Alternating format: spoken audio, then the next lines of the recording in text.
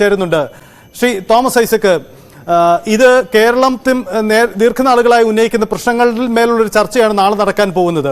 അതിൽ ഏറ്റവും പ്രധാനപ്പെട്ട കാര്യങ്ങൾ ഒന്നായി ഞാൻ കരുതുന്നത്, നമ്മൾ ബജറ്റിന് പുറത്ത് വായ്പയെടുത്ത് സംസ്ഥാനത്തെ വികസന വിഷയങ്ങൾക്ക് ഇടവെക്കുമെന്ന് കരുതിയ രണ്ട് സ്ഥാപനങ്ങൾ, ഒന്ന് കിഫ്ബി, മറ്റൊന്ന് പെൻഷൻ കമ്പനി, ഈ രണ്ട് സ്ഥാപനങ്ങളുടെയും പ്രതിസന്ധി പരിഹരിക്കാൻ കഴിയുന്ന അവർക്ക് പ്രതിസന്ധി ഉണ്ടാക്കി കേന്ദ്ര നയങ്ങൾ തിരുത്തുക എന്നൊരു പ്രധാനപ്പെട്ട ആവശ്യം നമ്മൾ കോടതിയിൽ ഉന്നയിച്ചിട്ടുണ്ട്. ഈ വിഷയങ്ങളിലടക്കം നാളെ ചർച്ച നടക്കുമെന്ന് താങ്കൾ കരുതുന്നുണ്ടോ? അങ്ങനെയെങ്കിൽ അത് ശുഭസൂചകമാകുമോ? കേരളം സുപ്രീം കോടതിയിൽ ഉന്നയിച്ചിട്ടുള്ളത് അടിസ്ഥാനപരമായ ഒരു ഭരണഘടനാ പ്രശ്നമാണ്. ബഡ്ജറ്റ് തയ്യാറാക്കുന്നതിന് സംസ്ഥാനങ്ങൾക്കുള്ള അവകാശം സംബന്ധിച്ചാണ്. അത് സംബന്ധിച്ചുള്ള വാദങ്ങൾ ഇനിയും തുടരും ഭരണഘടനാ പ്രശ്നത്തിൽ. പക്ഷേ കേരളത്തിന്റെ പ്രതിസന്ധിയിൽ പ്രായോഗികമായിട്ടുള്ള പരിഹാരം കാണേണ്ടതുണ്ട്. അത് ആസ്പദമാക്കിയായിരിക്കും നാളത്തെ ചർച്ച എന്നാണ് ഞാൻ കരുതുന്നത്. അതിൽ രണ്ട് കാര്യങ്ങളാണ് ഉള്ളത്. ഒന്ന്, കേന്ദ്ര സർക്കാരിന്റെ കടത്തിലോ എക്കണമിയിലോ അവരെടുക്കുന്ന എക്സ്ട്രാ ബഡ്ജറ്ററി ബോറോയിങ്ങോ ഓഫ് ബഡ്ജറ്ററി ബോറോയിങ്ങോ ഉൾപ്പെടുത്തുന്നില്ല. അപ്പോൾ സംസ്ഥാനങ്ങളുടെ നേരെ ഇരട്ടത്തത്തിന് മൊത്തത്തിൽ എല്ലാ സംസ്ഥാനങ്ങളും എടുത്തിട്ടുണ്ടെങ്കിൽ അവര് എക്കണമി നിയമപരിധിക്കുള്ളിലാണ്. അപ്പൊ അതുകൊണ്ടൊരു സംസ്ഥാനം സ്വപ്പം കൂടിയാലും എന്താ പ്രശ്നം ഉണ്ടാവില്ല. അതിലിപ്പോ കേന്ദ്രം പാശിയായിട്ട് നിന്നേക്കും എന്ന് എനിക്ക് തോന്നുന്നു. എന്നാൽ വേറൊരു അനീതിയുണ്ട്, വലിയ നീതി. എന്താണ്? കേന്ദ്രം ഇതുവരെ തുറന്നു വന്ന നിയമം പെട്ടെന്ന് മാറ്റണം. മാറ്റുമ്പോഴെങ്ങനെയാണ് അവർ മുൻകാല പ്രാബല്യം കൊടുക്കുന്നത്? കിഫ്ബിയോ പെൻഷൻ കമ്പനിയോ ഇനി ഭാവിയിൽ വായ്പ എടുത്താൽ നിങ്ങളുടെ നോർമൽ ബോറോയിങ് ഞങ്ങൾ ഉൾപ്പെടുത്തും എന്ന് പറയാം. പക്ഷെ ചെയ്തിരിക്കുന്നത് 2016 മുതൽ കിഫ്ബി എടുത്തിട്ടുള്ള വായ്പകള് അതെല്ലാം ഇന്ന് വെട്ടിക്കുറക്കാൻ പോവുകയാണ്. പെൻഷൻ കമ്പനി ഉണ്ടായ കാലം മുതലുള്ള വായ്പകൾ മുൻകാല പ്രാബല്യത്തോടെ വെട്ടിക്കുറക്കാൻ പോവുകയാണ്. ഇത് സ്വാഭാവിക നീതിക്ക് പോലും വരികയാണ്. ഇത് കേരളത്തെ തകർക്കുന്നതിന് വേണ്ടിയുള്ള നീക്കമാണ്. അപ്പോ ഇത്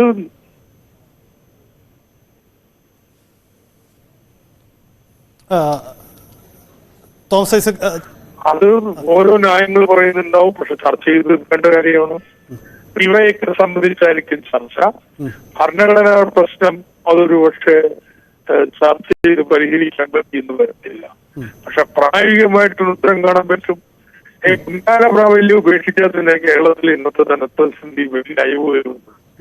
നിശ്ചയമായിട്ടും ഇന്ന് അങ്ങനെ കേരളം വായ്പ എടുക്കാൻ പാടില്ല എന്ന് പറയുന്നവർ പറയണം, എങ്ങനെയാണ് നമ്മുടെ പശ്ചാത്തല സൗകര്യങ്ങള് 2-3 വർഷം കൊണ്ട് ഇന്ത്യ ദേശീയ നിലവാരത്തിലേക്ക് ഉയർത്താൻ വേറെന്താ മാർഗമുള്ളത് കേരളത്തിന്? അങ്ങനെ ചെയ്യട്ടെ. അതൊക്കെ പിന്നെ നമ്മൾ വികസന നയത്തിന്റെ ഭാഗമായി നടത്തേണ്ട ചർച്ചകളാണ്. അതൊക്കെ നമുക്ക് തുടരാം. പക്ഷെ മിനിമം ഈ കാര്യം എങ്കിലും തീർപ്പുണ്ടാവുന്നു.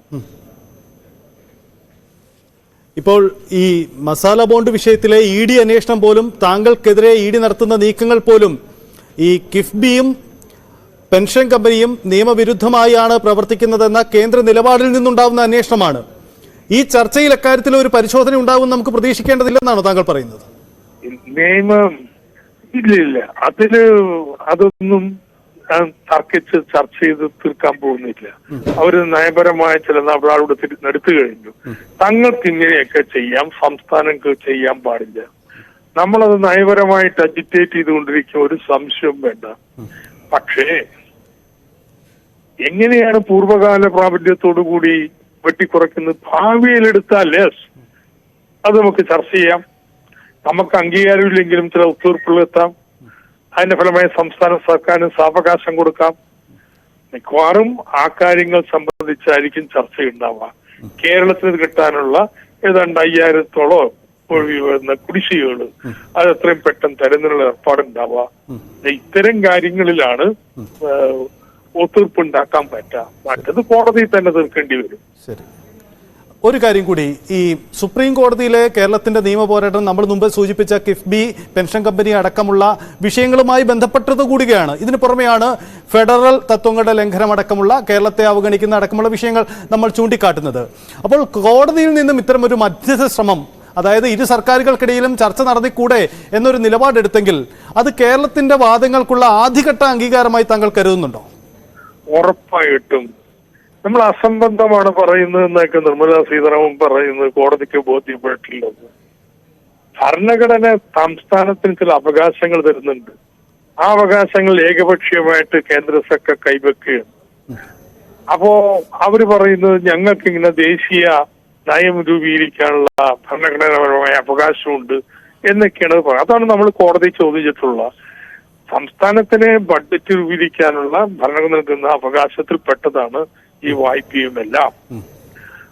അതിന് ഇന്ന് സംസ്ഥാനം പാസാക്കിയിട്ടുള്ള നിയമപ്രകാരം കിഫ്ബിയുടെയും മറ്റും വായ്പ അതിൽ പെടുന്നതല്ല. ഇതാണ് നമ്മൾ വാദിക്കുന്നത്. ആ വാദങ്ങൾ തുടരും. എന്നാൽ കേന്ദ്ര സർക്കാരിന് പോലും 4 പേരുടെ മുമ്പിൽ ഡിഫെൻഡ് ചെയ്യാൻ പറ്റാത്ത കാര്യങ്ങളാ അവർ ചെയ്തിരിക്കുന്നത്. അതുകൊണ്ടാണ് അവർ ചർച്ചയ്ക്ക് വരാൻ നിർബന്ധരായിത്തീരുന്നത്. ചർച്ച ചെയ്യട്ടെ, താൽക്കാലിക തീർപ്പുണ്ടാവട്ടെ, പ്രതിസന്ധി കൈവരട്ടെ. കൈവന്നു കഴിഞ്ഞാൽ നമുക്ക് പെൻഷൻ ആളുകൾക്ക് ഈ കുടിശ്ശിയെങ്കിലും തീർക്കാൻ പറ്റും. അത് വളരെ പ്രധാനപ്പെട്ടതാണ്. അപ്പോ ആ നടപടികൾ നടക്കട്ടെ. ഏതായാലും ഒരു കാര്യം തീർച്ച, കേരളം എടുത്ത നിലപാടിനോട് ഒരു അനുഭാവം സുപ്രീം കോടതിക്കുണ്ട്. അസംബന്ധ വാദങ്ങളൊന്നുമല്ല, ഗൗരവമായിട്ടുള്ള കാര്യങ്ങൾ, ചർച്ച ചെയ്യേണ്ട കാര്യങ്ങൾ, ഫെഡറൽ സംവിധാനത്തിനുള്ളിൽ ചർച്ച ചെയ്ത് തീർക്കേണ്ട ചില ഗൗരവമായ കാര്യങ്ങൾ സംസ്ഥാനം ഉന്നയിച്ചിട്ടുണ്ട്. ഒന്നുമില്ല എന്ന് പറയുന്ന UDF മുഖത്തുള്ള ഒരു അടി കൂടിയാണ് സുപ്രീം കോടതി എടുത്തിരിക്കുന്ന ഈ സമീപനം. തോമസ് ഐസക്, താങ്കൾ ദയവായി അല്പസമയം ഒന്ന് തുടരുമെന്ന് കരുതുന്നു. ഇല്ലില്ല, ഞാൻ ചർച്ചയ്ക്കില്ല. Mary George, doctor Mary George